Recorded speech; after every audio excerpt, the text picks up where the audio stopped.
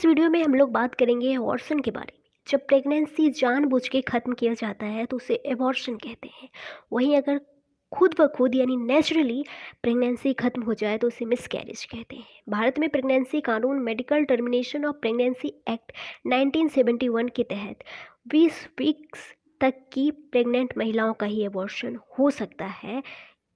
कुछ कंडीशन में, जैसे उनके गर्भ में पल रहे बच्चे को कोई बर्थ डिफेक्ट है या माँ को कोई प्रॉब्लम है, तो इन सभी कंडीशन में। वहीं सुप्रीम कोर्ट ने हाल ही में रेप विक्टिम के लिए एबॉर्शन 24 वीक्स तक अलाउ की है। अब चलिए जानते हैं एबॉर्शन कितने प्रकार का होता है। दरअसल जनरली एबॉर्शन दो तरीके का होता है। नंबर एक, मेडिकल एबॉर्शन।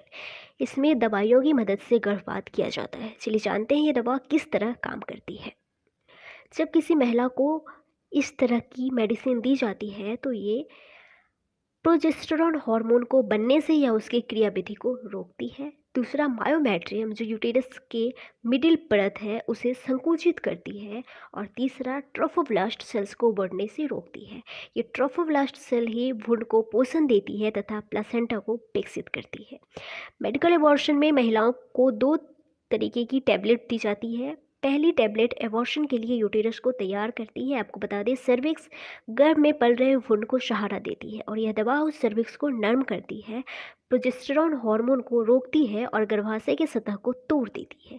वहीं दूसरी गोली से यूटेरस में कॉन्ट्रैक्शन होता है, जिससे भ्रूण के साथ साथ यूटेराइल लाइन भी बाहर निकल जाती है।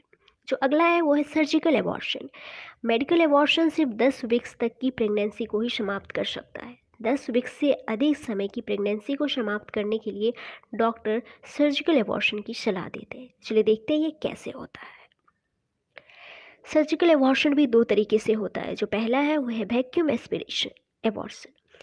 ये एबॉर्शन का एक सर्जिकल प्रोसीजर है। इस प्रोसेस को शुरू करने से पहले डॉक्टर आपको इंजेक्शन या दवा देते हैं, जिससे सर्विक्स निम्ब हो जाती है।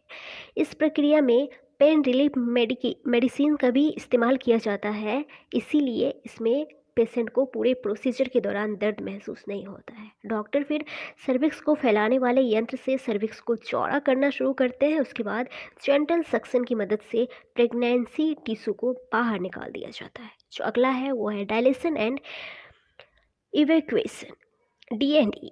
ये भी एक सर्जिकल प्रोसेस है। आमतौर पे डॉक्टर इस प्रक्रिया का सुझाव उन महिलाओं को देते हैं जिनकी प्रेगनेंसी 13 वीक से अधिक लंबी है।